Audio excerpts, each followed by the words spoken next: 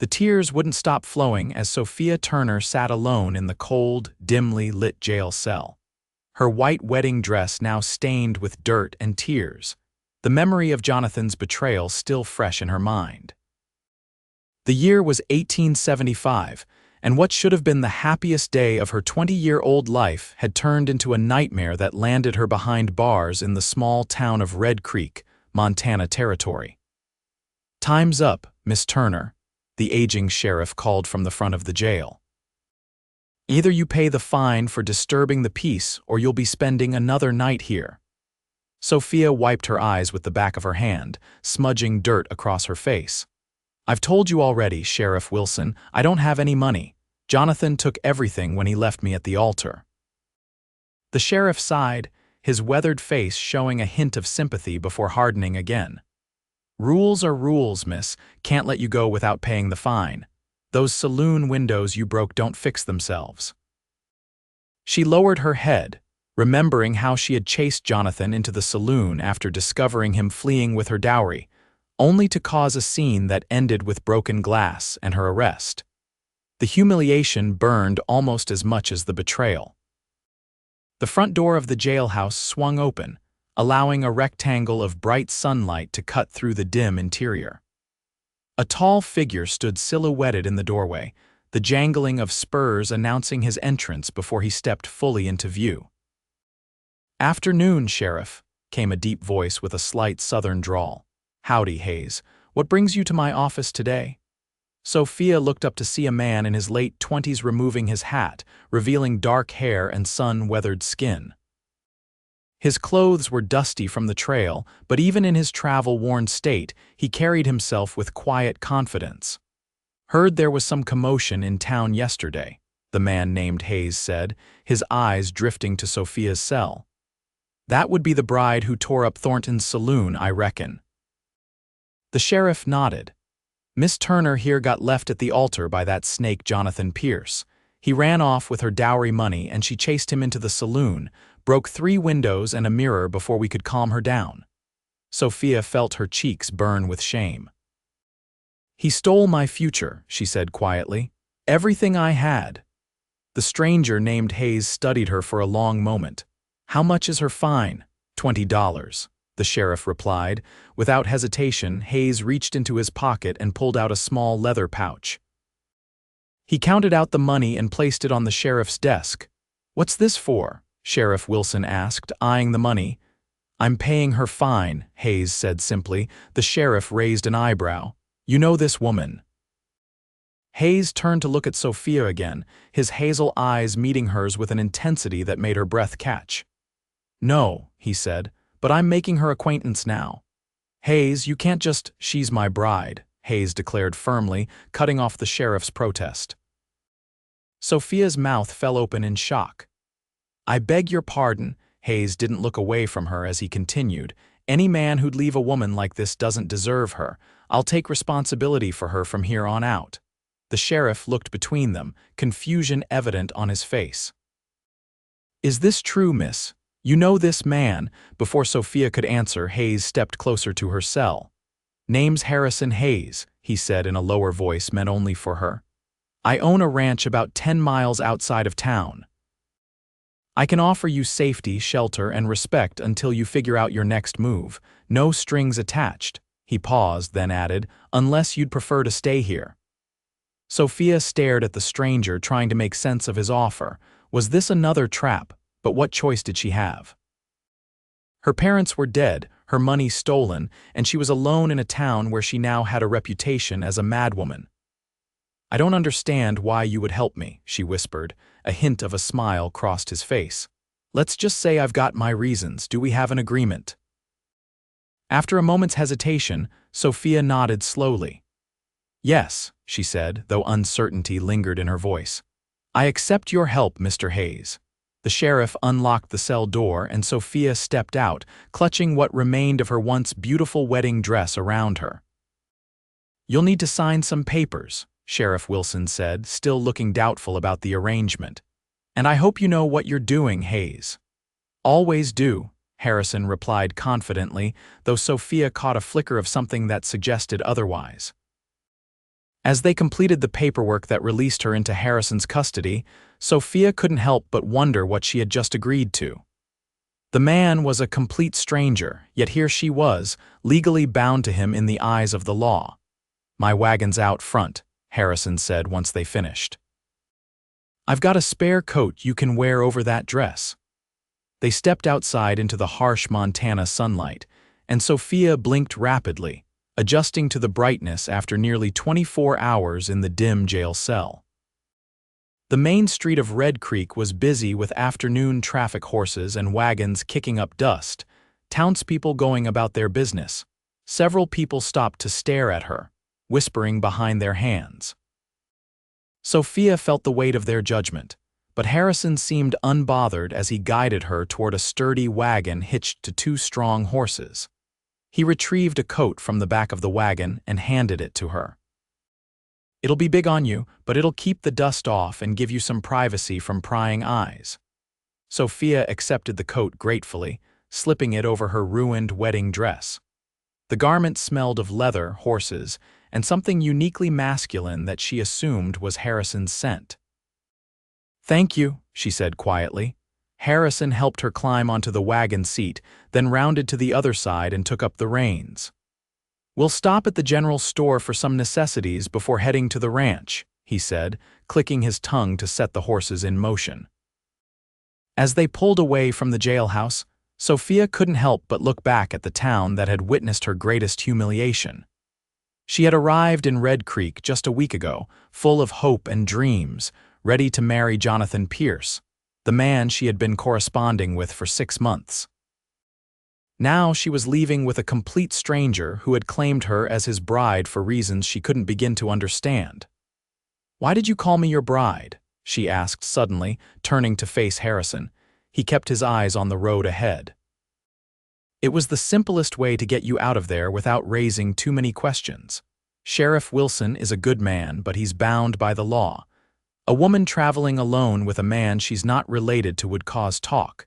This way, your reputation stays somewhat intact." "My reputation." Sophia let out a bitter laugh. "I think that's beyond saving after yesterday." Harrison glanced at her. "People have short memories in these parts, especially when there's a new scandal to talk about. Give it time." They pulled up in front of the general store and Harrison set the brake. "Wait here," he instructed before jumping down from the wagon. Sophia sat alone, acutely aware of the stares from passers-by. A group of women stopped their conversation to openly gawk at her, and she heard the word jailbird clearly from one of them. She pulled Harrison's coat tighter around herself, wishing she could disappear entirely. After what felt like an eternity, Harrison returned with several packages, which he loaded into the back of the wagon. "Got you some clothes, toiletries, and other necessities," he explained as he climbed back into the driver's seat. "Nothing fancy, but it'll do until we can make better arrangements." "I have no way to repay you," Sophia said, feeling the weight of her dependence on this stranger. "Not asking for repayment," Harrison replied simply as he urged the horses forward again. "Just offering help when it's needed." They traveled in silence for a while, leaving the small town behind and heading into open country. The Montana landscape stretched out before them, rolling plains giving way to distant mountains, the late afternoon sun casting long shadows across the land. "How far is your ranch?" Sophia asked eventually, breaking the silence. "About 2 hours at this pace," Harrison answered. "We should make it before dark." Sophia nodded and fell silent again, lost in her thoughts. The events of the past 24 hours swirled in her mind like a dust storm: Jonathan's betrayal, her public breakdown, the night in jail, and now this unexpected rescue by a man she didn't know. What would happen when they reached his ranch? What would be expected of her? "I meant what I said back there," Harrison said suddenly, as if reading her thoughts. "No strings attached. I've got a small cabin on my property where you can stay. It's separate from the main house, so you'll have your privacy." Relief washed over Sophia. "Thank you, I appreciate that. I should warn you, though ranch life isn't easy. Days start early and end late. It's hard work keeping things running." I'm not afraid of hard work, Sophia replied. My father owned a small farm in Pennsylvania before he died. I know what it takes to maintain land. Harrison nodded approvingly. Good to know. Most women who come out west looking for husbands don't realize what they're getting themselves into. I wasn't looking for a husband, Sophia corrected him, an edge to her voice. Jonathan and I had been corresponding for months. He presented himself as a successful businessman looking to settle down. I had just lost my parents and was facing the prospect of losing our farm. His proposal seemed like the answer to my prayers.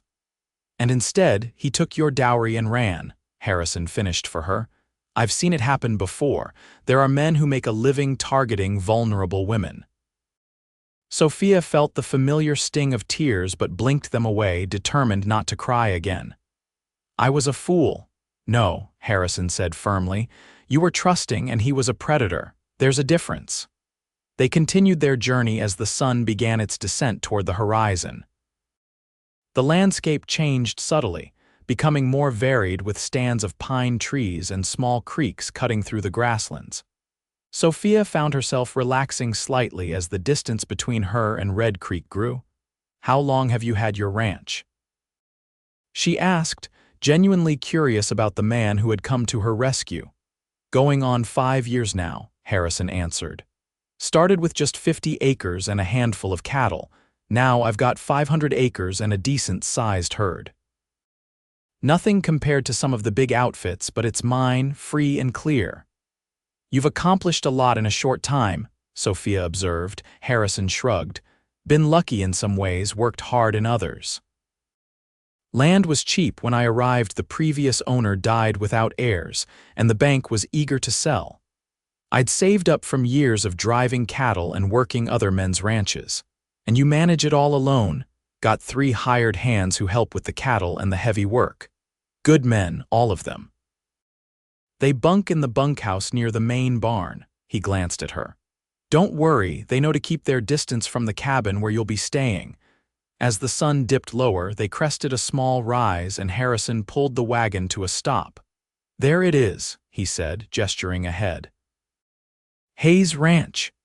Sophia leaned forward, taking in the sight below. A modest but well-maintained ranch house stood in a small valley, surrounded by several outbuildings, a large barn, what appeared to be a bunkhouse, and a smaller cabin set slightly apart from the rest. A creek ran through the property with cottonwood trees lining its banks. In the distance, she could see cattle grazing on the hillsides. It's beautiful, she said sincerely. A look of pride crossed Harrison's face. It's not much compared to some spreads, but it's home. He flicked the reins and the wagon began to descend toward the ranch. As they approached, Sophia noticed a figure emerge from the barn, shading his eyes against the setting sun to watch their arrival. That's Miguel, my foreman, Harrison explained.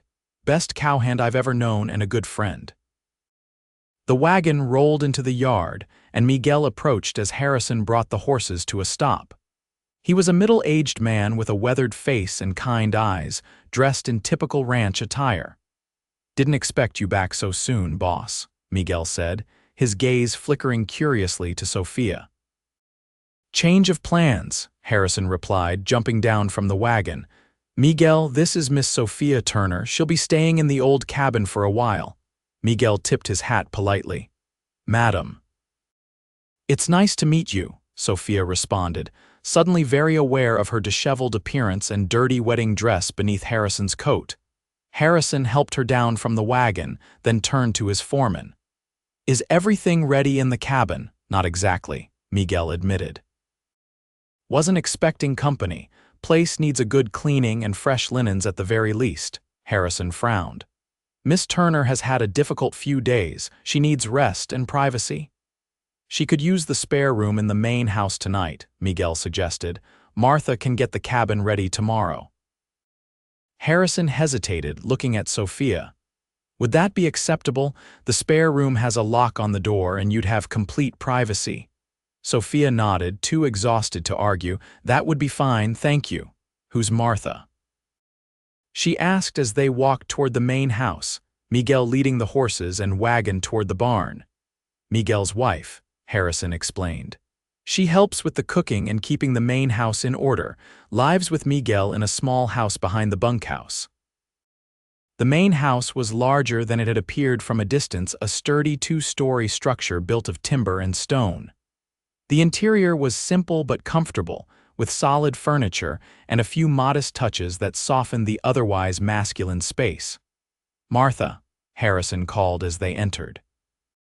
A plump, cheerful-looking woman in her 50s emerged from what Sophia assumed was the kitchen, wiping her hands on her apron.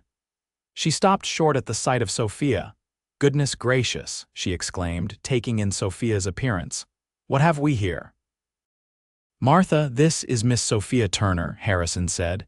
"She'll be staying with us for a while. Could you prepare the spare room for her and perhaps draw a bath?" Martha's surprise quickly gave way to efficiency. "Of course. The poor dear looks like she's been through the wars." She approached Sophia with a motherly smile. "Come along, honey. Let's get you settled and cleaned up." Sophia gratefully followed Martha upstairs to a small but clean bedroom. A large window overlooked the ranch yard and the distant hills beyond. "The bathroom's just down the hall," Martha explained. "I'll start heating water for your bath. Mr. Hayes bought you some things?" Sophia nodded. "They're still in the wagon, I believe. Don't you worry about that. I'll have Miguel bring them up. You just sit and rest for a minute." Left alone, Sophia sank onto the edge of the bed, the events of the day finally catching up with her. She was in a stranger's home, completely dependent on his charity with no clear plan for her future. Tears threatened again, but she forced them back. She had cried enough. A soft knock at the door roused her from her thoughts. "Come in," she called. Harrison entered, carrying the packages from the general store. "Martha's getting your bath ready," he said, placing the packages on a chair. "I thought you might want these now." "Thank you," Sophia said, genuinely grateful for his thoughtfulness. He lingered awkwardly for a moment. "I know this isn't ideal," he finally said. "And you have every reason to be wary of me after what you've been through, but I want you to know you're safe here. You can stay as long as you need to figure out your next steps." "Why are you doing this?" Sophia asked, the question that had been plaguing her since the jailhouse. "You don't know me. You have no obligation to help me." Harrison looked away, his expression unreadable. "Let's just say I understand what it's like to be left with nothing. To have your trust betrayed by someone who was supposed to care for you." Before Sophia could respond, Martha appeared in the doorway. "Bath's ready, dear," she announced. "And I've laid out some towels and soap for you." Harrison nodded to Sophia. "We'll talk more tomorrow. Rest well." Left alone with Martha, Sophia allowed the older woman to help her out of the ruined wedding dress. Martha clucked sympathetically at the sight of it. "Such a shame to see a beautiful dress like this ruined," she commented. "Were you really meant to be married yesterday?" "I was," Sophia admitted, too tired to hide the truth. "But the groom had other plans. He took my dowry money and disappeared right before the ceremony." Martha's face darkened. "What a scoundrel." "Well, you're better off without a man like that, though I know that's cold comfort now." She led Sophia to the bathroom where a large copper tub stood filled with steaming water. "Take your time, dear. There's a robe hanging on the door you can use after. I'll bring you something to eat in your room when you're done." For the first time in what felt like forever, Sophia smiled genuinely. "Thank you, Martha. You're very kind." Left alone, Sophia sank into the hot water with a sigh of relief, feeling the tension begin to leave her body. As she scrubbed away the dirt and tears of the past day, she tried to make sense of her situation. Harrison Hayes was an enigma. A man who would pay a stranger's fine and offer her shelter with seemingly no expectations in return. It seemed too good to be true, yet she sensed no deception in him. Still, she had thought the same about Jonathan, and look how that had turned out. By the time she finished her bath, dressed in the simple nightgown Harrison had purchased for her, and eaten the hearty stew Martha had brought up, Sophia was nearly asleep on her feet. She locked her bedroom door not because she truly feared Harrison, but because caution seemed prudent, and crawled into the clean, comfortable bed. Despite her exhaustion, sleep didn't come immediately. Her mind kept returning to the moment Harrison had stood in that jailhouse and declared, "She's my bride." The words had been spoken with such conviction that even she had almost believed them. Who was this man who had stepped into her life so unexpectedly? And what would tomorrow bring? With these questions swirling in her mind, Sophia finally drifted into a deep, dreamless sleep. Morning came with the crowing of a rooster and the sounds of a ranch awakening. Sophia opened her eyes, momentarily disoriented by the unfamiliar surroundings before the events of the previous day came rushing back. Sunlight streamed through the window, suggesting it was already well into the morning. A knock at the door startled her fully awake. "Miss Turner." Martha's voice called, "Are you awake, dear?" Sophia rose quickly and unlocked the door. Martha stood there with a tray of food and a bundle of clothing. "Good morning," the older woman said cheerfully. "Thought you might be hungry. And I found some of my daughter's old things that might fit you better than those store-bought items until we can get them altered." "Your daughter?" Sophia asked, accepting the tray. "She's married now, living in Helena with her husband and children," Martha explained with obvious pride. These were from before she left. They're simple but clean and well made. "Thank you," Sophia said, genuinely touched by the woman's kindness. "That's very thoughtful." Martha bustled about the room, opening the curtains wider. "Mr. Hayes said to let you sleep as long as you needed, but it's nearly 9 o'clock now. He's out with the men checking the north pasture but should be back for the midday meal." "I didn't mean to sleep so late," Sophia said, embarrassed. "Nonsense. You needed the rest. Now, eat your breakfast, get dressed, and I'll show you around when you're ready." After Martha left, Sophia ate quickly eggs, bacon, and biscuits with honey before trying on the clothes Martha had brought. A simple blue calico dress fit her reasonably well, though it was a bit loose in the waist. She found a brush among the items Harrison had purchased and did her best with her hair, twisting it into a simple knot at the nape of her neck. When she made her way downstairs, Martha was waiting in the kitchen, kneading dough for bread. "There you are. Feel better after a good night's sleep?" "Much better, thank you," Sophia replied, and it was true. The despair that had engulfed her yesterday hadn't disappeared, but it had receded enough for her to think more clearly. "Good. Now, Mr. Hayes asked me to show you the cabin where you'll be staying. They've been cleaning it up this morning, and it should be ready by this afternoon." Martha led Sophia outside into the bright Montana sunshine. The ranch looked even more impressive by daylight, well organized, clean, and prosperous without being ostentatious. They walked past the main barn where several horses watched them curiously from their stalls, past a vegetable garden that was clearly Martha's domain, and toward a small cabin set beneath a cluster of pine trees about 200 yards from the main house. It was the original homestead cabin, Martha explained as they approached. Built by the first settler on this land 30 years ago or more, Mr. Hayes had it fixed up proper when he bought the place, though it's mostly been used for storage until now. The cabin was small but sturdy, with a stone chimney and a small covered porch. Inside was a single large room with a curtained-off area that presumably contained a bed. A stone fireplace dominated one wall, and simple furniture, a table with 2 chairs, a rocking chair, and a small dresser filled the space without crowding it. Windows on 3 sides let in plenty of light. "It's charming," Sophia said, genuinely impressed with the cozy space. "Mr. Hayes had the men bring fresh water from the well," Martha said, pointing to a bucket and basin on a small washstand. "There's an outhouse around back, and you're welcome to use the bathhouse behind the main house anytime. We keep a fire going there most days for hot water." As they continued their tour of the ranch, Sophia was struck by how well run everything seemed. The cattle looked healthy, the buildings were in good repair, and the few ranch hands she saw worked with purpose and efficiency. "How long have you and Miguel worked for Mr. Hayes?" she asked Martha as they walked back toward the main house. "Going on 4 years now," Martha replied. "We were working for the Blackwell outfit over in the next county, but the new owner after old man Blackwell died was a cruel sort. Mr. Hayes offered Miguel the foreman position when he was just starting out here, and we've never regretted the move. He seems like a good employer. Martha nodded emphatically. The best, fair, honest, and hardworking, never asks his men to do anything he wouldn't do himself. And generous too, as you've seen. They were approaching the main house when Sophia saw a group of riders coming in from the east. Even at a distance, she recognized Harrison's tall figure leading the small group. There they are now, Martha said, just in time for dinner.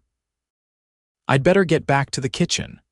As Martha hurried inside, Sophia remained on the porch, watching the riders approach. There were 4 of them: Harrison, Miguel, and 2 other men she hadn't met.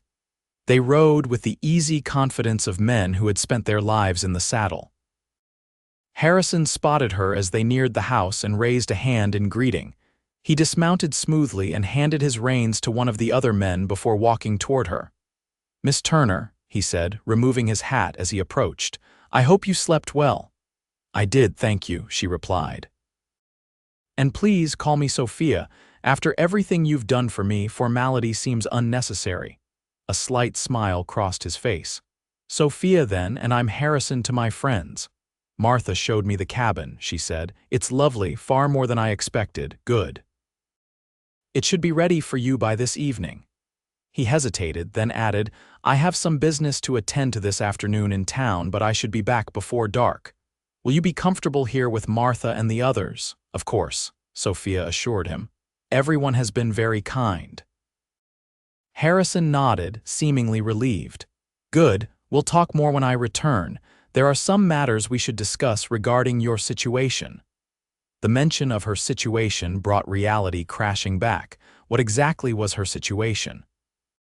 She was penniless, far from home, dependent on the charity of a man she barely knew. The future that had seemed so certain just days ago now stretched before her, unwritten and uncertain. "Yes," she agreed quietly. "We should talk." Harrison studied her face for a moment, as if trying to read her thoughts. "Try not to worry too much," he said gently. "Problems have a way of seeming smaller after a good meal and a good night's rest. Speaking of which, I smell Martha's cooking, and I'm starving after a morning in the saddle."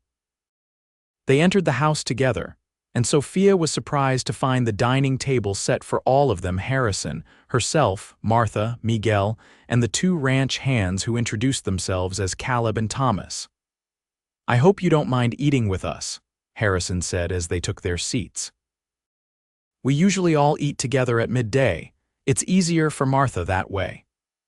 "Not at all," Sophia replied, touched by the inclusive gesture. It spoke of the kind of man Harrison was, one who saw his workers not as subordinates but as extended family. The meal was simple but delicious: beef stew, fresh bread, and apple pie for dessert. The conversation flowed easily, with the men discussing the morning's work and plans for the afternoon.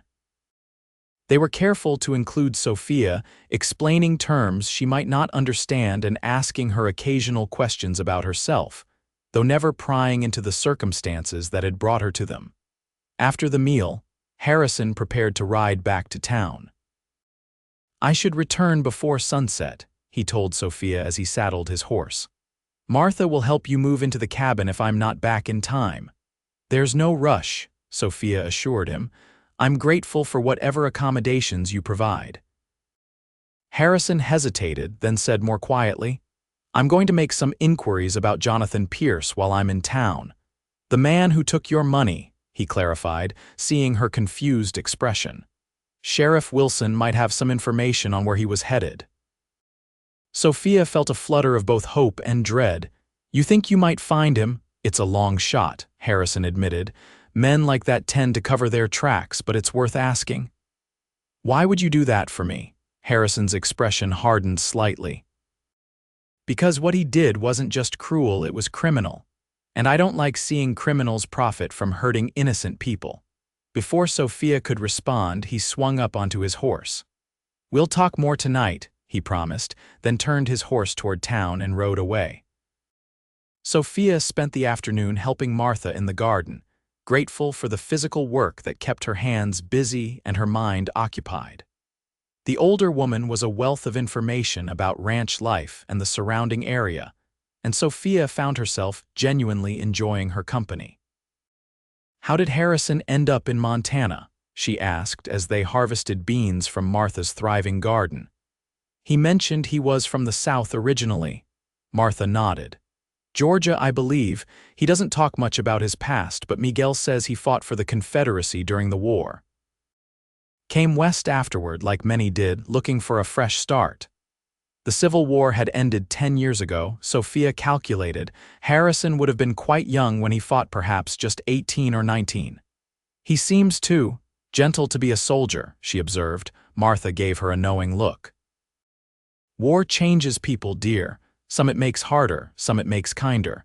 I think Mr. Hayes saw enough cruelty to last a lifetime and decided he wanted no part in causing more suffering." By late afternoon, the cabin was ready. Martha helped Sophia move her few belongings, the clothes Harrison had purchased, and the ones Martha had given her, and showed her where everything was stored. "It's not much," Martha apologized, "but it's clean and dry and it's private." "It's perfect," Sophia assured her. "I can't thank you enough for all your kindness." Martha patted her hand. "No need for thanks. Mr. Hayes wouldn't have brought you here if he didn't think you deserved help. He's a good judge of character, that one."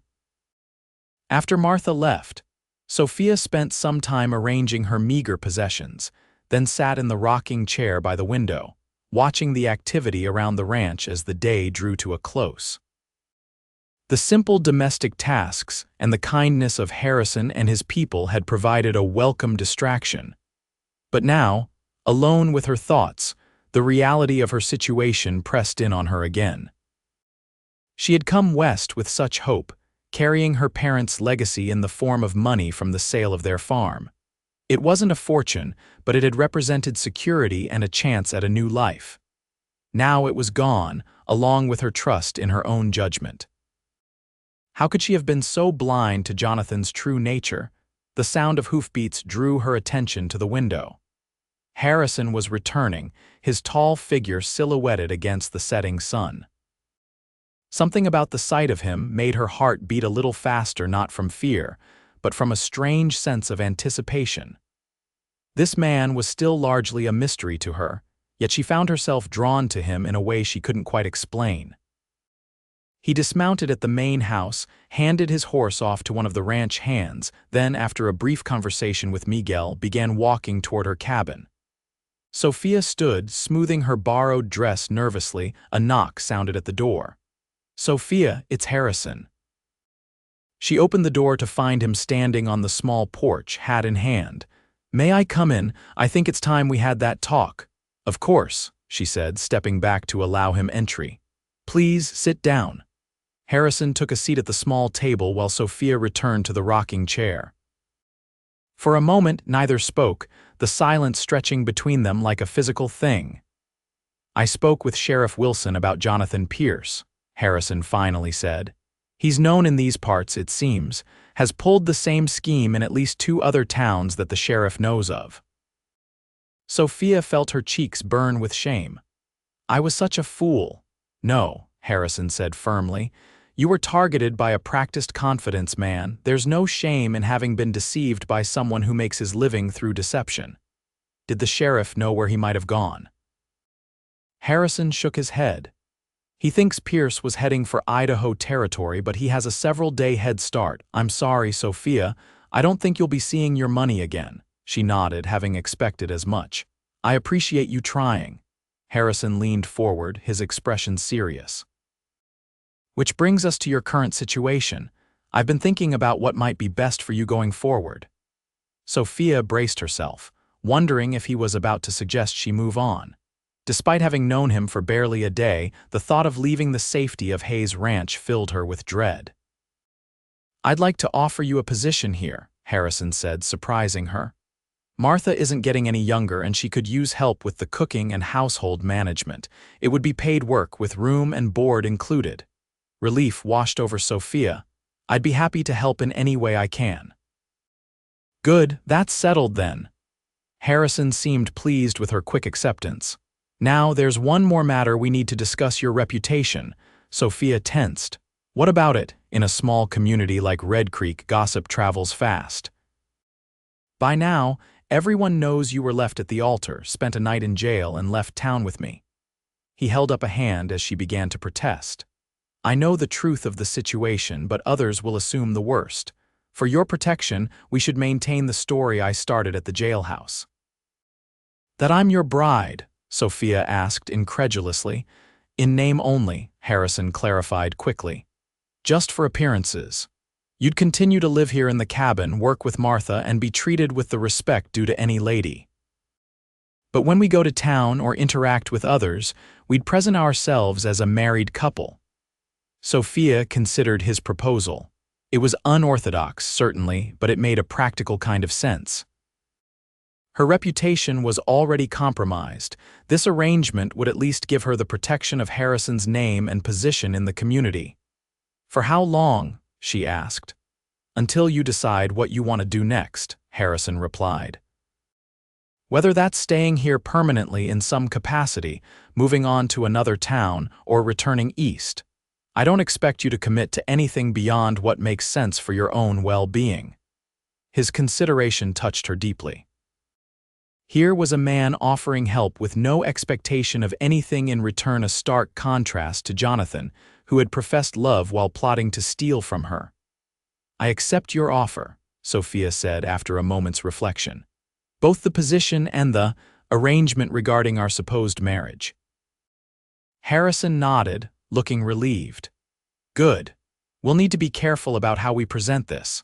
The story will be that we had been corresponding for some time, and your arrival in Red Creek was always intended to culminate in our marriage.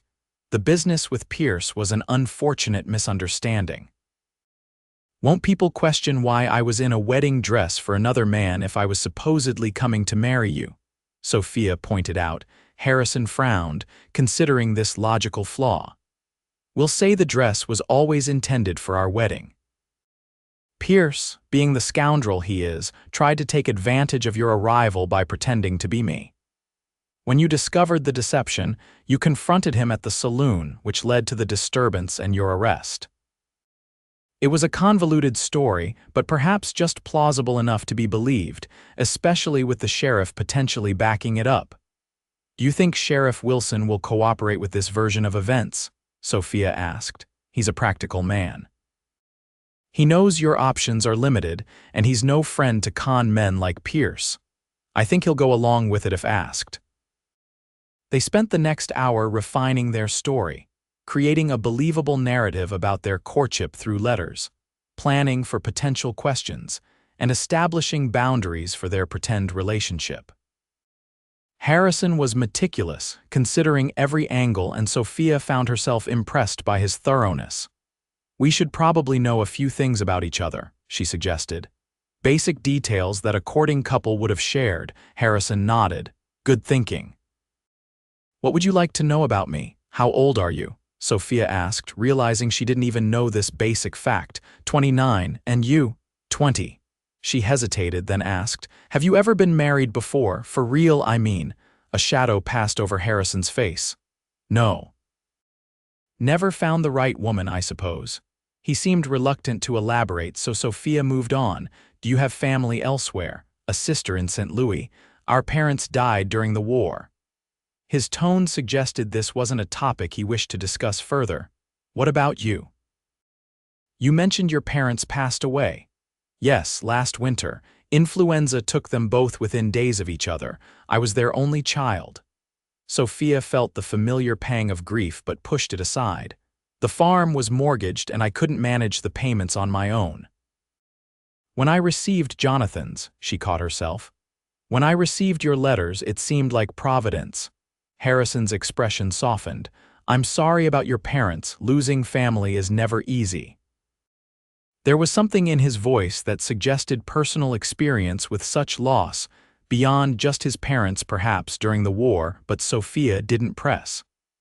They had only just met, after all, and everyone was entitled to their privacy. As evening fell, Martha brought over a tray with dinner for both of them. If she thought anything of finding Harrison in Sophia's cabin, she gave no indication, simply setting the food on the table with a smile. "I've explained our arrangement to Martha and Miguel," Harrison said after she left. "They'll help maintain our story. The other hands don't need to know the full truth, just that you're to be treated with respect as the lady of the ranch." The phrase "lady of the ranch" sent an odd flutter through Sophia's chest. It was just pretend, she reminded herself. A convenient fiction to protect her reputation. They ate dinner together, the conversation shifting to lighter topics: the ranch, the surrounding countryside, the changing weather as summer gave way to early fall. Harrison proved to be a thoughtful conversationalist, listening as much as he spoke, showing genuine interest in Sophia's opinions and experiences. "It's getting late," he observed eventually, rising from the table. "I should let you rest. Tomorrow will be your first full day as a ranch wife, even if only in name." Sophia walked him to the door. "Thank you, Harrison, for everything. I don't know what would have happened to me if you hadn't come along when you did." He smiled, the expression transforming his serious face and making him look younger, almost boyish. "Get some sleep, Sophia. Things will look brighter in the morning." As she watched him walk back toward the main house, Sophia felt a curious mixture of emotions: gratitude, uncertainty, and something else she wasn't quite ready to name. Whatever the future held, for tonight at least, she was safe, with a roof over her head and the protection of a man who, despite being nearly a stranger, had shown her more kindness than she had any right to expect. With that comforting thought, she closed the cabin door and prepared for bed, wondering what her first day as the bride of Harrison Hayes would bring. The following weeks settled into a rhythm that surprised Sophia with its ease and comfort. Each morning, she rose with the sun and helped Martha prepare breakfast for the ranch hands. The days were filled with household tasks: cooking, cleaning, mending, interspersed with learning the ins and outs of ranch management from Harrison, who proved to be a patient teacher. "A ranch this size needs careful planning," he explained one afternoon as they sat at his desk reviewing the account books. "Every decision affects the next season, the next year. You can't just think about today's needs." Sophia found she had a knack for organization and bookkeeping, skills her father had insisted she learn while helping with the farm accounts. Harrison seemed impressed by her aptitude and began consulting her on various business matters. "You have a good head for numbers," he remarked one evening as they finished balancing the monthly accounts. "Better than mine, if I'm being honest." Their pretend marriage remained just that: pretend. Harrison was unfailingly respectful, never presuming upon their arrangement or making her uncomfortable with unwanted advances. He visited her cabin regularly, often bringing books from his modest library or simply coming to talk about the day's events, but he always left at a respectable hour. In town, they played their roles convincingly. On Sophia's first visit to Red Creek 2 weeks after her arrival at the ranch, Harrison had proudly introduced her as "my wife" to the townspeople they encountered. The story they had concocted about their correspondence and Jonathan's deception seemed to be accepted without too much skepticism, especially after Sheriff Wilson corroborated key details. "Mrs. Hayes," the general store owner had greeted her, the title still strange to Sophia's ears. "How wonderful to see you settled so happily after that unfortunate business with the impostor." "Thank you, Mr. Thompson," she had replied, feeling Harrison's steadying hand at the small of her back. "I'm very fortunate that my real husband came to my rescue." The words had come more easily than she expected, perhaps because there was a grain of truth in them. Harrison had rescued her, even if their marriage was merely a convenient fiction. As autumn deepened, bringing cooler days and frost-tinged mornings, Sophia found herself increasingly comfortable with ranch life. She enjoyed the open spaces, the honest work, and the sense of purpose each day brought. Martha had become like the mother she had lost, offering guidance and companionship, while Miguel treated her with a fatherly kindness that warmed her heart. And then there was Harrison. Their relationship had evolved from that of strangers bound by an unusual arrangement to something resembling genuine friendship. She looked forward to their evening conversations, to his dry humor and thoughtful insights. There was a depth to him that intrigued her, layers beyond the capable rancher and businessman he presented to the world. Sometimes, she caught him looking at her with an expression she couldn't quite decipher, something warmer than friendship, but carefully restrained. In those moments, Sophia would feel a flutter in her chest that both excited and frightened her.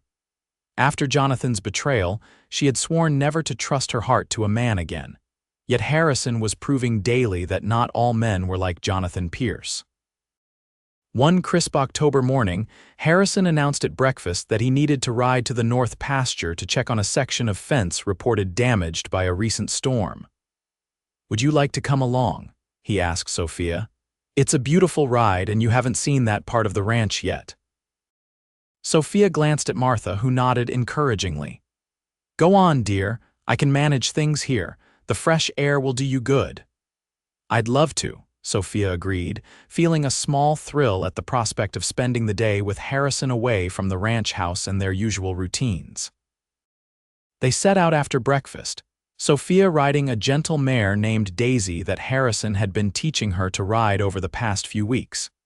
The day was perfect for riding clear and cool, with just enough breeze to keep them comfortable as they traveled across the rolling grasslands.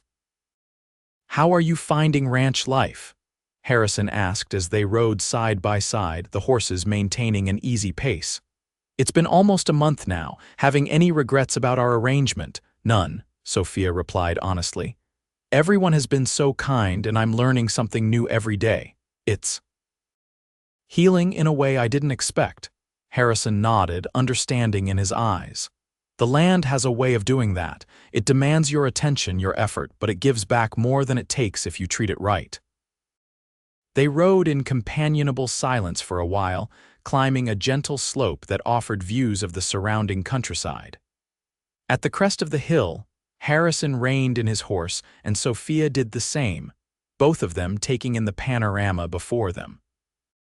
"It's breathtaking," Sophia murmured, gazing out over miles of grassland, patches of forest and distant mountains touched with early snow. "This is my favorite spot on the ranch," Harrison confessed. "When I first saw this land 5 years ago, I stood right here and knew this was where I wanted to build my future." There was something in his voice, a vulnerability, a rare glimpse of the man beneath the composed exterior that made Sophia look at him more closely. The morning sunlight caught in his dark hair, highlighting strands of copper she hadn't noticed before. His profile against the blue sky was strong yet somehow gentle, a contradiction that seemed to define him. "What made you decide to come west after the war?" she asked, curious about the path that had brought him to this place. Harrison was quiet for so long that Sophia thought he might not answer. When he finally spoke, his voice was low, reflective. "I lost everything in the war, not just family, but purpose, belief in what I was fighting for." Georgia after the surrender was difficult, too many memories, too much bitterness on all sides. He gazed out at the horizon. "I needed open spaces, a place where a man could be judged by what he did, not where he came from or which side he'd fought on. And you found that here?" "I did." "Montana doesn't care much about your past, only what you bring to the present." He turned to look at her directly. "That's why I understood your situation, Sophia. Everyone deserves a chance to start over when life has dealt them a cruel hand." The sincerity in his eyes made her breath catch. In that moment, something shifted between them, a subtle change, like the first hint of spring after a long winter.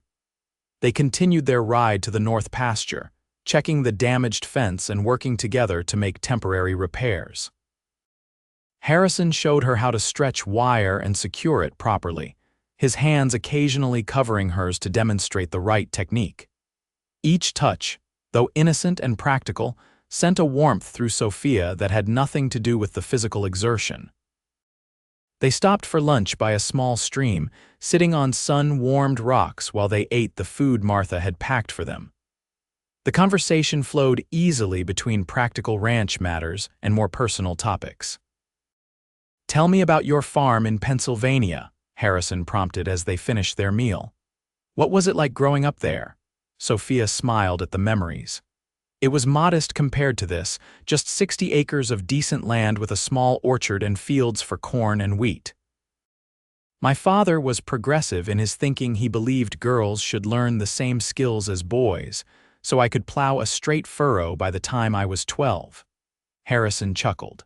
"That explains your competence with everything you turn your hand to." "My mother focused more on traditional women's skills: cooking, sewing, household management. She wanted me to be ready for marriage someday, though she always said I should marry for love, not convenience." Sophia's smile faded slightly. "I wonder what she would think of my current situation." Harrison considered this. "I think she would be proud of your resilience, and perhaps relieved that you escaped a marriage to a man like Pierce.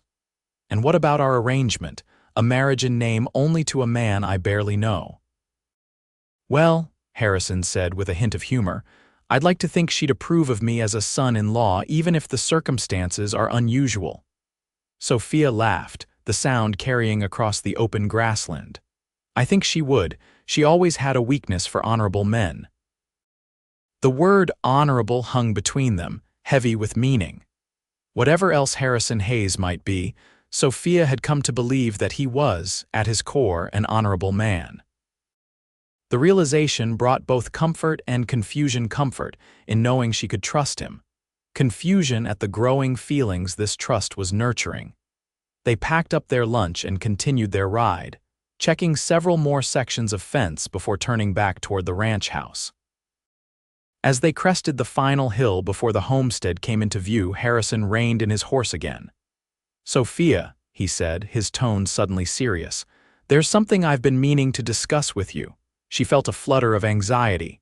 "Is something wrong?" "No, not wrong, just—" He seemed to be struggling for words, unusual for the normally articulate man. "Our arrangement has worked well so far, but I'm concerned about the long term." "In what way?" Harrison turned in his saddle to face her more directly. "You're a young woman with your whole life ahead of you. Eventually, you'll want a real marriage, children, a family of your own. Our current situation could prevent that." The thought hadn't occurred to Sophia. In the wake of Jonathan's betrayal and the unexpected sanctuary she had found at Hayes Ranch, she had been living day to day, not considering what the future might hold. "I haven't thought that far ahead," she admitted. "Perhaps you should," Harrison said gently. "I don't want you to feel trapped by our agreement. If at any point you wish to end our marriage and move on, you need only say the word. I could arrange a quiet divorce, or we could stage a separation that would allow you to start fresh elsewhere." His consideration for her future touched Sophia deeply. Here was a man thinking of her welfare above his own convenience or reputation. "Thank you," she said softly. "But for now, I'm content with our arrangement. I'm not ready to think about another real marriage after what happened with Jonathan."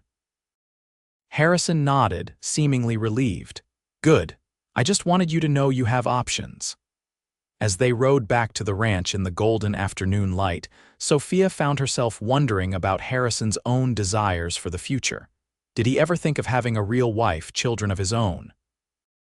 In the month she had known him, he had never mentioned any romantic interests or expressed dissatisfaction with his bachelor status.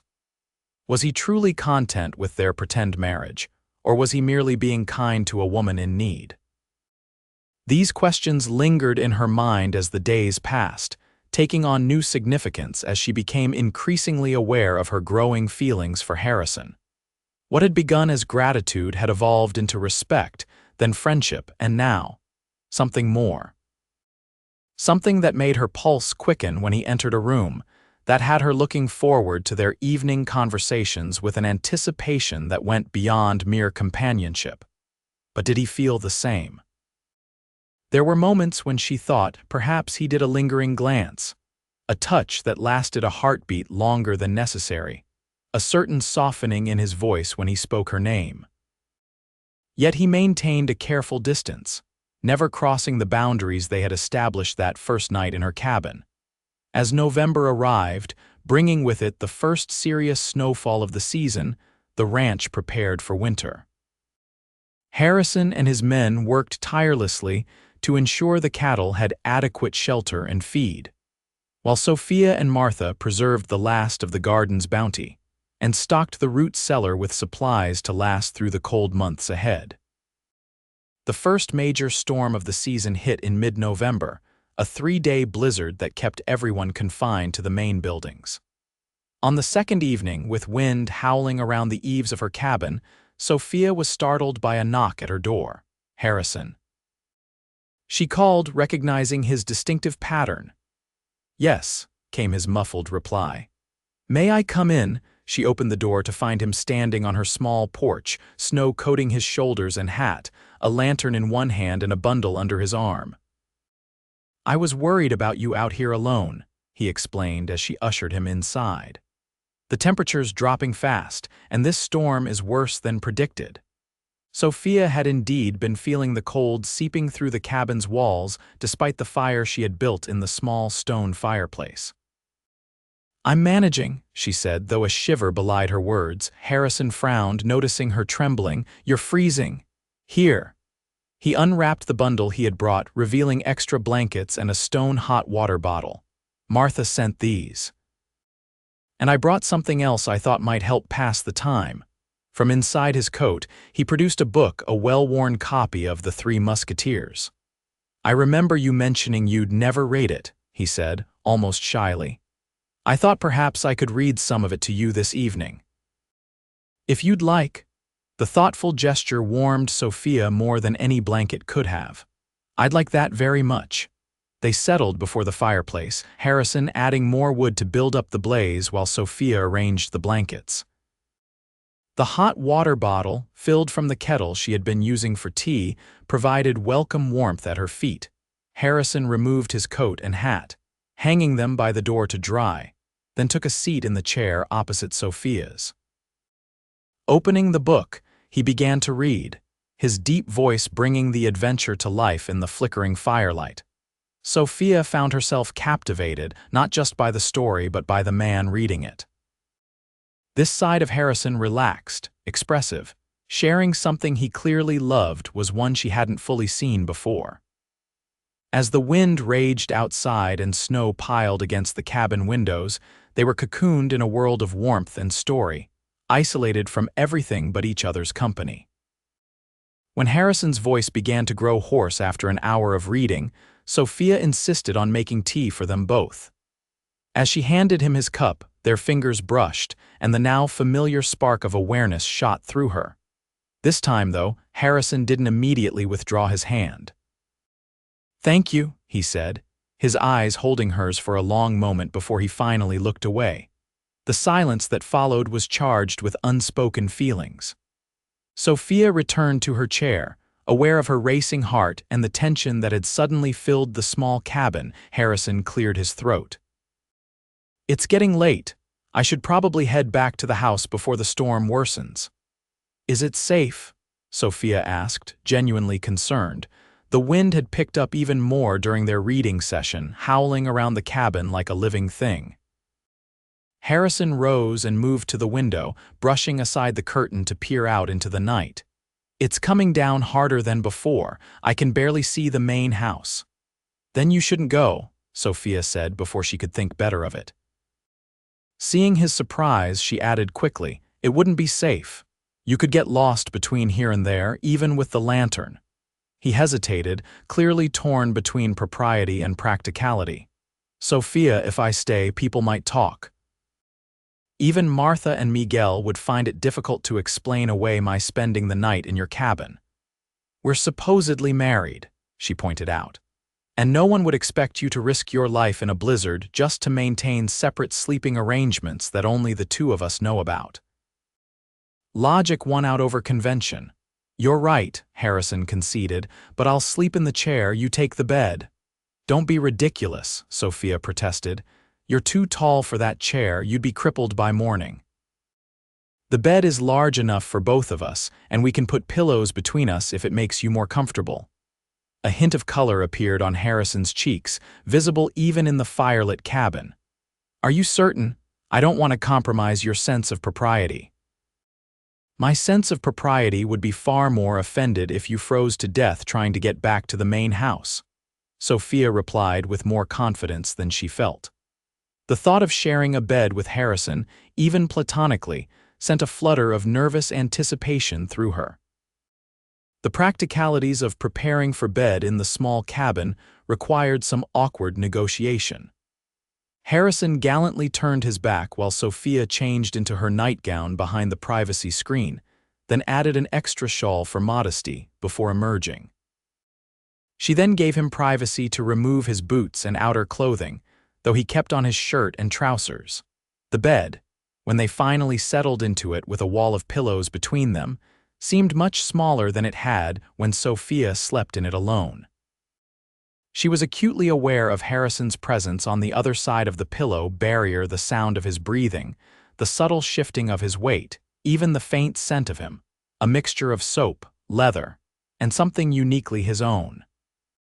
"Good night, Sophia," he said quietly into the darkness, the fire having burned down to embers.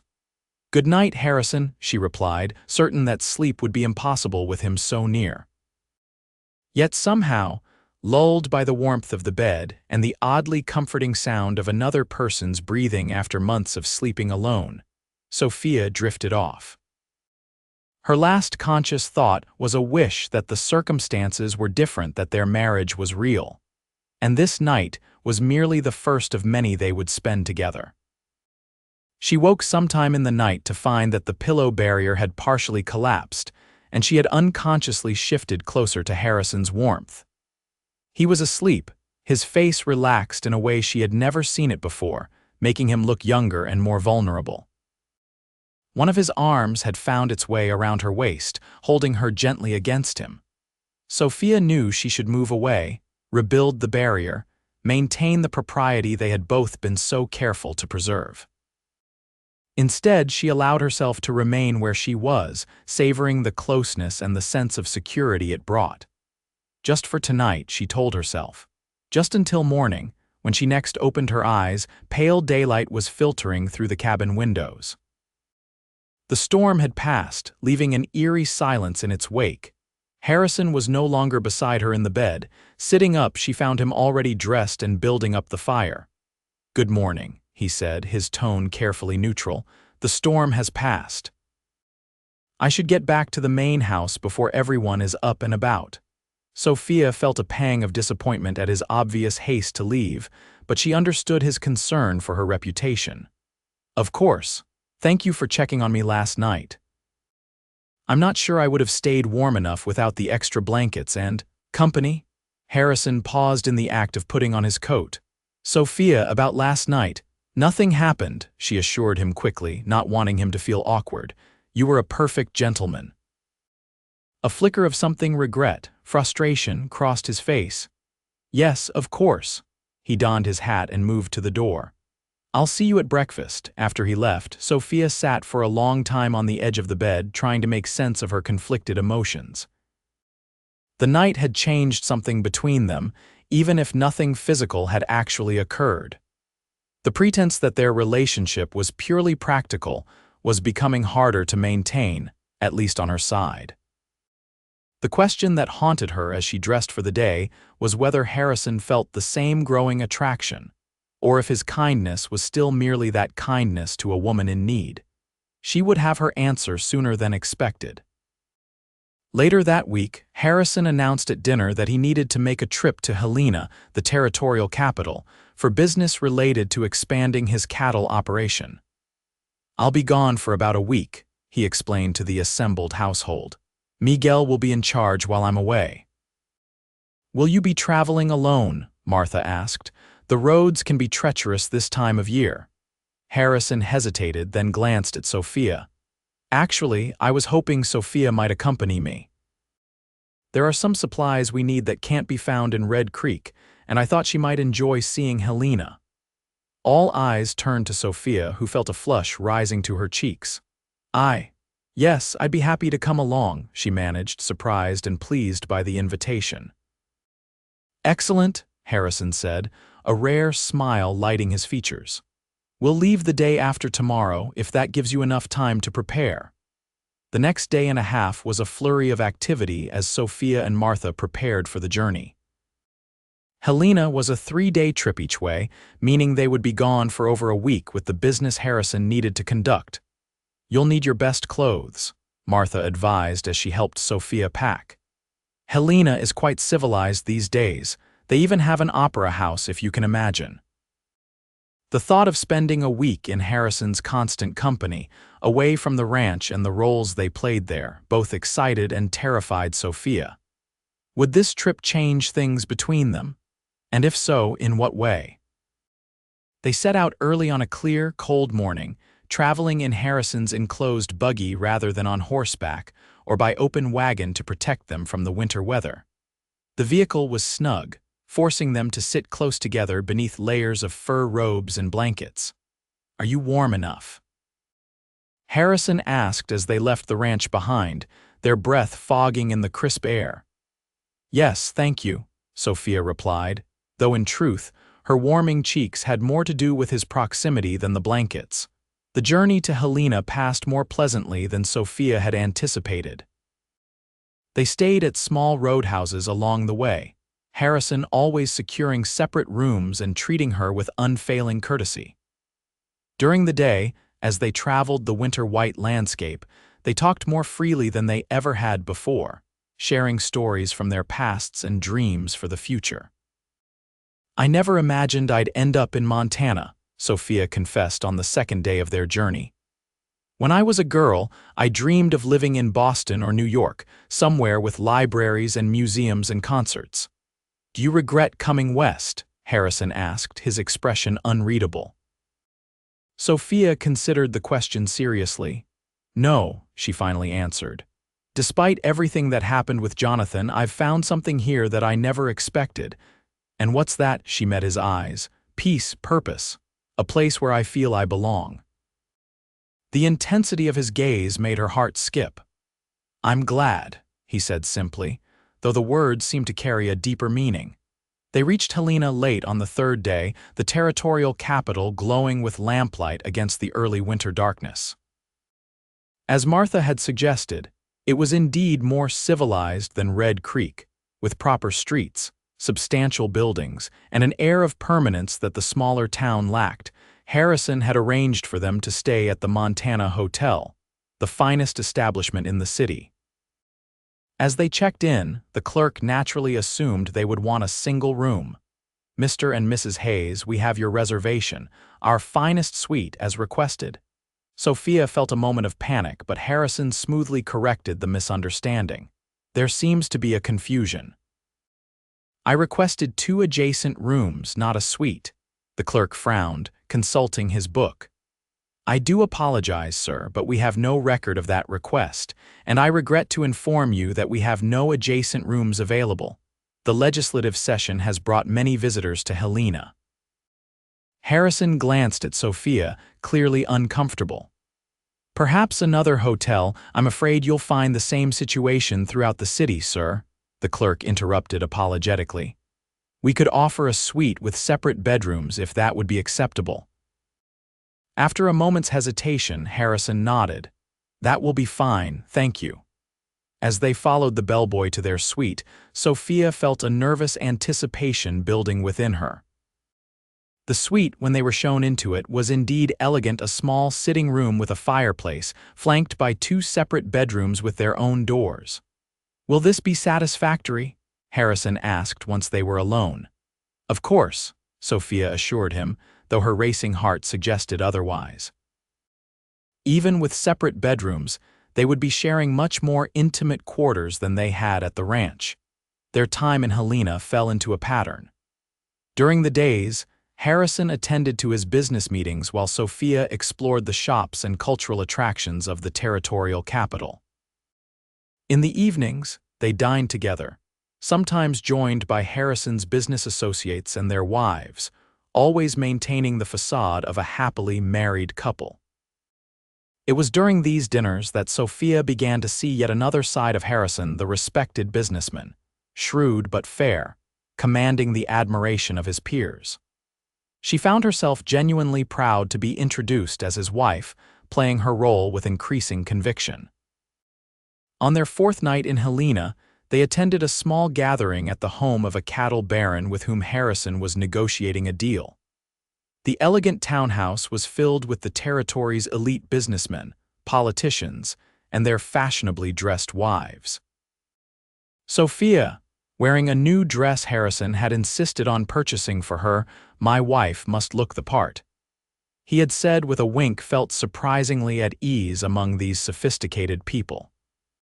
The months at the ranch had given her a confidence she had previously lacked, and her natural intelligence and charm made her a welcome addition to any conversation. "Your wife is delightful, Hayes," she overheard one of the businessmen comment to Harrison. "You're a fortunate man."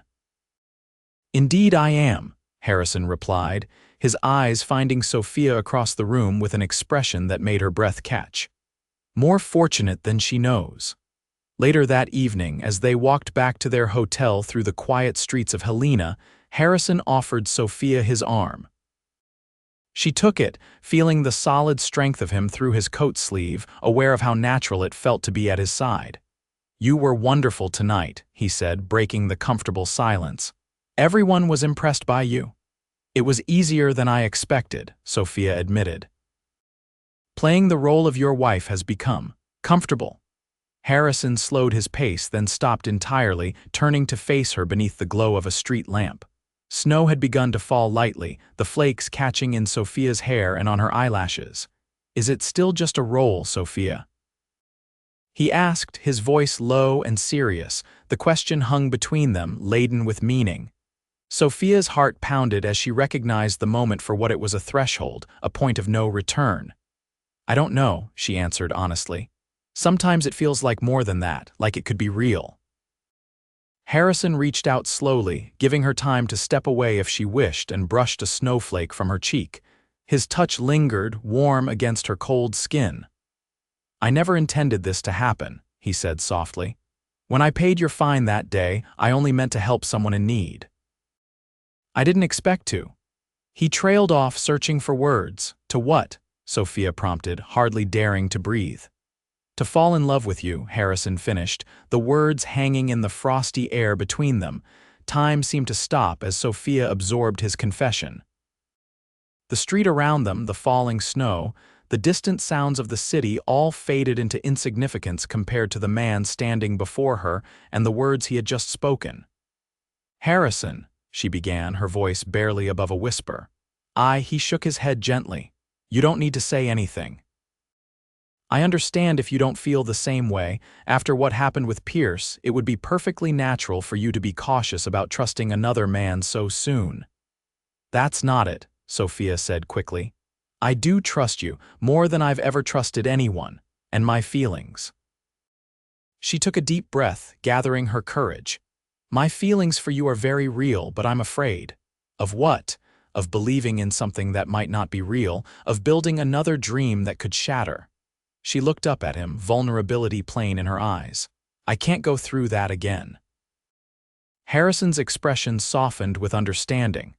"I would never hurt you, Sophia, not intentionally, but I won't pressure you either. We can take this as slowly as you need."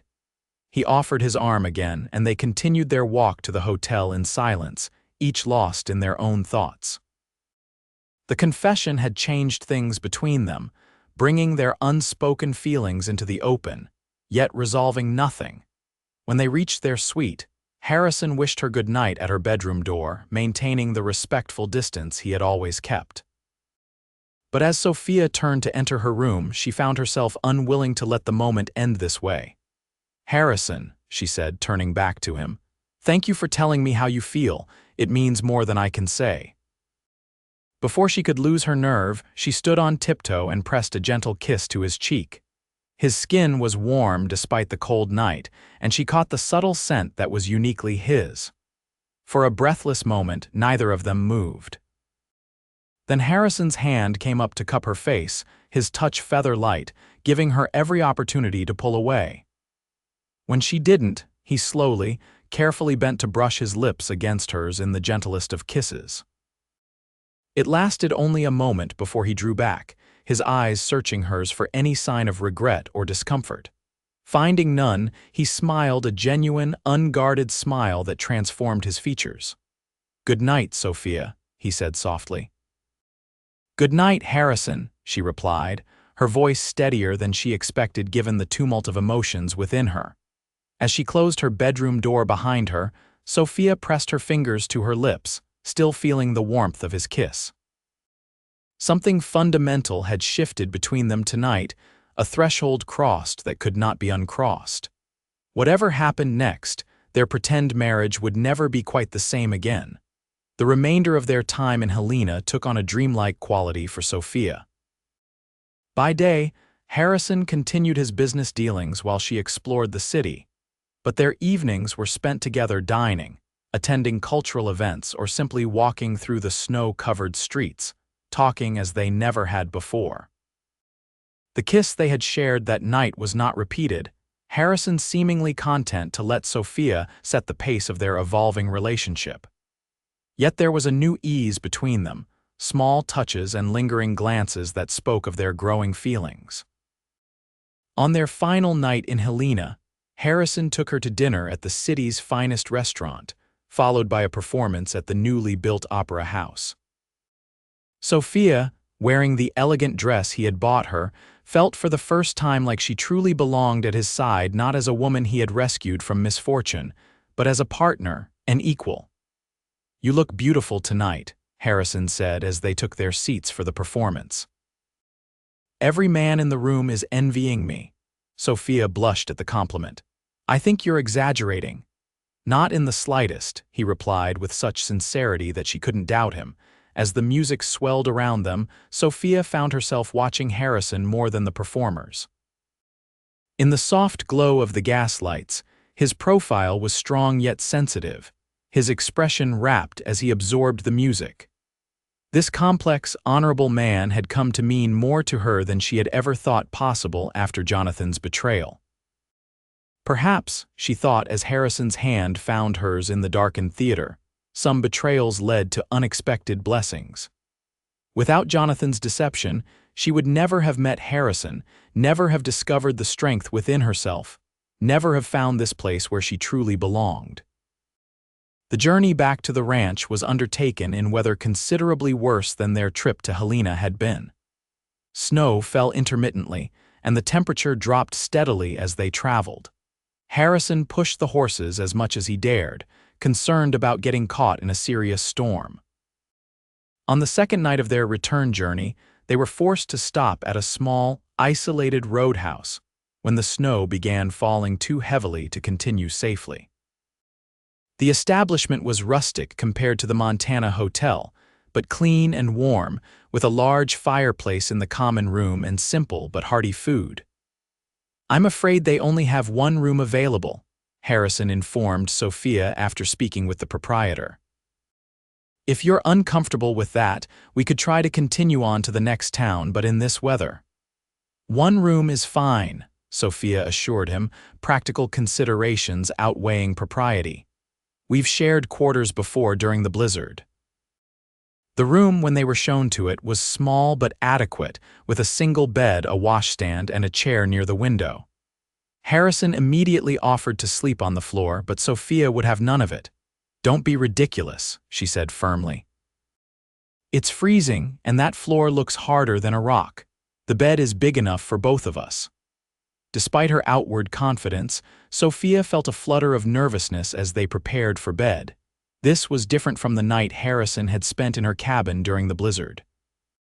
Then, they had been careful to maintain a barrier between them. Now, with their feelings acknowledged, the intimacy of sharing a bed took on new significance.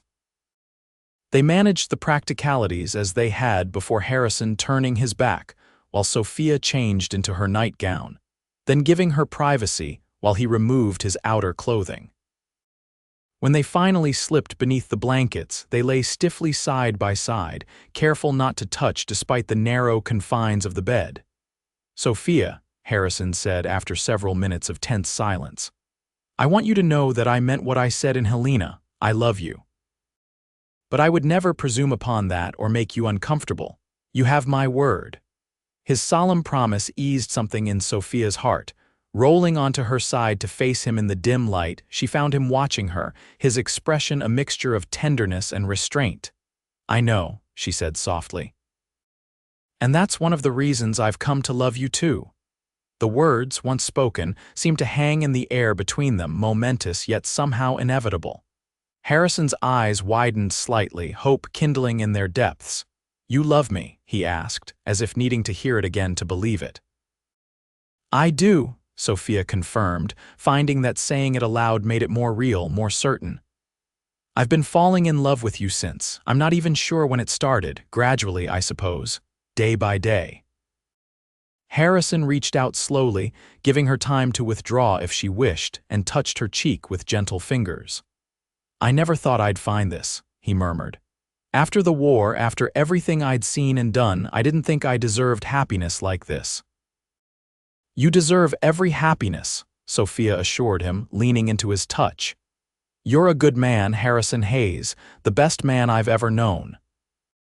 In the dim light of the roadhouse room, with snow falling silently outside the window and the muffled sounds of the establishment below them, they shared their second kiss. This one was deeper than the first, a true meeting of hearts as well as lips, filled with the promise of all that might come. When they finally drew apart, breathless and wondering, Harrison rested his forehead against hers. "Where do we go from here?" he asked, his voice rough with emotion. "Forward," Sophia replied simply. "Together." That night, they slept in each other's arms, nothing more than innocent embraces passing between them. Yet for Sophia, it was a profound intimacy, the trust of resting in the arms of a man she truly loved, knowing he would protect her not just physically but emotionally as well. They reached the ranch the following evening, greeted enthusiastically by Martha, Miguel, and the other hands who had been concerned about their travel in the worsening weather. If anyone noticed the subtle change in the way Harrison and Sophia interacted, the casual touches, the shared glances, the way they seemed to gravitate toward each other, no one commented on it. That night after dinner, Harrison walked Sophia to her cabin as usual. At the door, he hesitated. "Everything's different now," he said, "yet nothing's changed. You still have your cabin, I have the main house. We're still married only in name." Sophia understood his dilemma. Their feelings for each other had been acknowledged, but the practical aspects of their situation remained unaltered. "Perhaps it's time to make some changes," she suggested, "if you meant what you said about loving me." "I did," Harrison assured her quickly, "with all my heart. Then perhaps we should consider making our marriage real." Sophia felt a blush rising to her cheeks at her own boldness, but continued anyway. "Not just for appearance's sake, but because it's what we both want." Harrison's expression transformed with joy and relief. "Are you certain? I don't want to rush you into anything you're not ready for." "I'm certain," Sophia confirmed. "I've never been more certain of anything in my life." The kiss they shared then was different from those that had come before, deeper, more passionate, filled with the promise of a future together, not as a pretense but as true partners in every sense. 2 weeks later, on a clear, cold December morning, Sophia and Harrison stood before the minister in Red Creek's small church.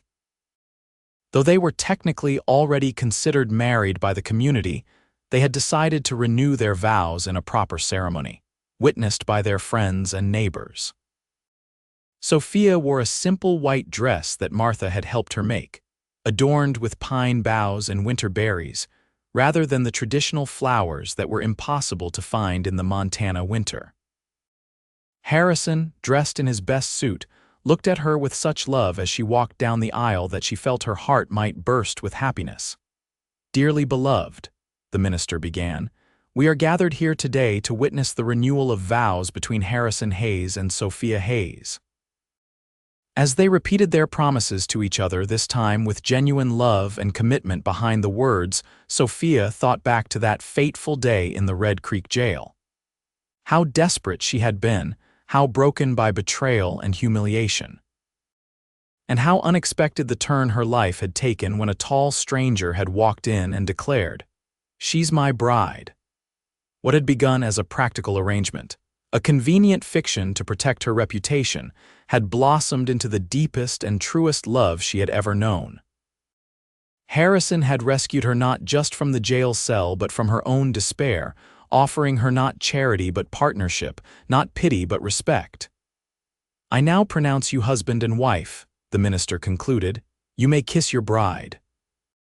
As Harrison's lips met hers, sealing their vows with a kiss that promised a lifetime of love, Sophia knew that sometimes the most beautiful beginnings could arise from the most painful endings. Jonathan's betrayal had led her to Harrison, to this ranch, to this life that now stretched before her with such promise.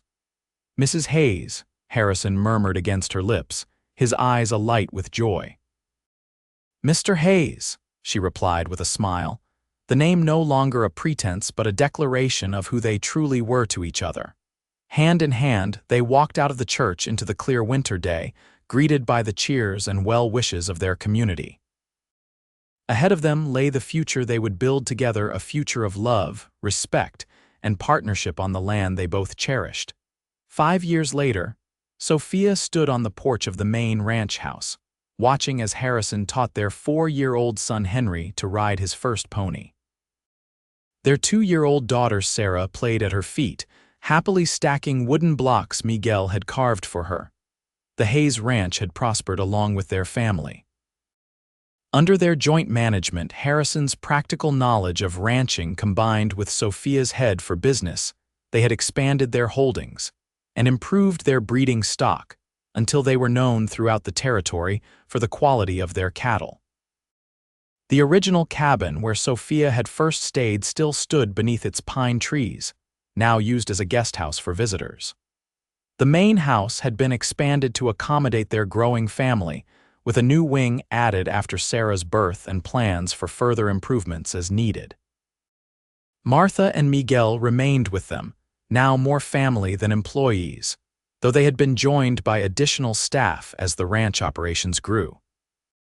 The small bunkhouse of Sophia's early days had been replaced by a larger structure housing a dozen ranch hands, all of whom respected the boss lady as much as they did Harrison himself. "Mama, look." Henry called excitedly as he managed to guide his pony in a small circle without Harrison's hand on the reins. "I'm doing it myself." "Wonderful, sweetheart," Sophia called back, her heart full of pride and love. Harrison looked up at her, his smile as warm and genuine as it had been on their wedding day. In the years of their marriage, the bond between them had only deepened, weathering the challenges of ranch life, parenthood, and the occasional disagreements that were inevitable between two strong-willed people. Later that evening, after the children were asleep, Harrison and Sophia sat together on the porch swing, watching the stars emerge in the vast Montana sky. His arm was around her shoulders, her head resting comfortably against him in the familiar posture of a couple deeply at ease with each other. "Do you ever think about how we started?" Harrison asked, his voice thoughtful in the quiet night. "That day in the jailhouse," Sophia smiled at the memory. "Sometimes, it seems like another lifetime ago." "I never told you why I was really there that day," Harrison said, surprising her. After 5 years of marriage, she had thought there were no secrets left between them. "What do you mean?" she asked, lifting her head to look at him. "You said you heard about the commotion in town and came to see what happened." Harrison nodded slowly. "That was part of it, but there was more." He paused, seeming to gather his thoughts. "The truth is, I'd seen you before, the day you arrived in Red Creek. You were getting off the stage, looking so hopeful and beautiful. I remember thinking how lucky Pierce was." "You knew Jonathan?" Sophia asked, surprised. "Knew of him," Harrison clarified. "His reputation wasn't good among honest men. When I heard he'd left you at the altar and that you'd been arrested, I went to the jail because I couldn't bear the thought of someone like you suffering because of someone like him." Sophia was touched by this revelation. "So your offer to help wasn't as spontaneous as it seemed." "The words 'she's my bride' were definitely improvised," Harrison admitted with a chuckle. I had no plan beyond getting you out of that cell. But I knew from the moment I saw you that you were special, Sophia. I just never imagined how special you would become to me." Sophia leaned up to kiss him softly. "That might be the most romantic thing you've ever told me, Harrison Hayes." He grinned, looking boyish despite the strands of silver beginning to appear at his temples. "Don't get used to it. I have a reputation as a tough rancher to maintain." Sophia laughed, settling back against his shoulder. "Your secret is safe with me." As the night deepened around them, the stars brilliant in the clear Montana sky, Sophia reflected on the journey that had brought them to this moment. From the depths of despair in that jail cell to the heights of joy they now shared, it had been a path neither of them could have predicted. "I love you," she murmured, the words as true now as they had been the first time she'd spoken them in that roadhouse room years ago. "And I love you," Harrison replied, his arm tightening around her. "My true bride in every way that matters." Together they sat beneath the stars, the ranch quiet around them, their children sleeping safely inside, the future stretching before them as vast and promising as the Montana sky above. What had begun with a stranger's unexpected kindness had blossomed into a love story neither of them had dared to imagine, proof that sometimes, even in the darkest moments, life's greatest blessings were waiting just around the corner. And in the quiet of the Montana night, surrounded by the life they had built together, Sophia knew with absolute certainty that the words Harrison had spoken that day in the jailhouse, "She's my bride," had been not just an expedient fiction, but a declaration of what was meant to be. A truth waiting to be discovered in the hearts of two people destined to find each other against all odds.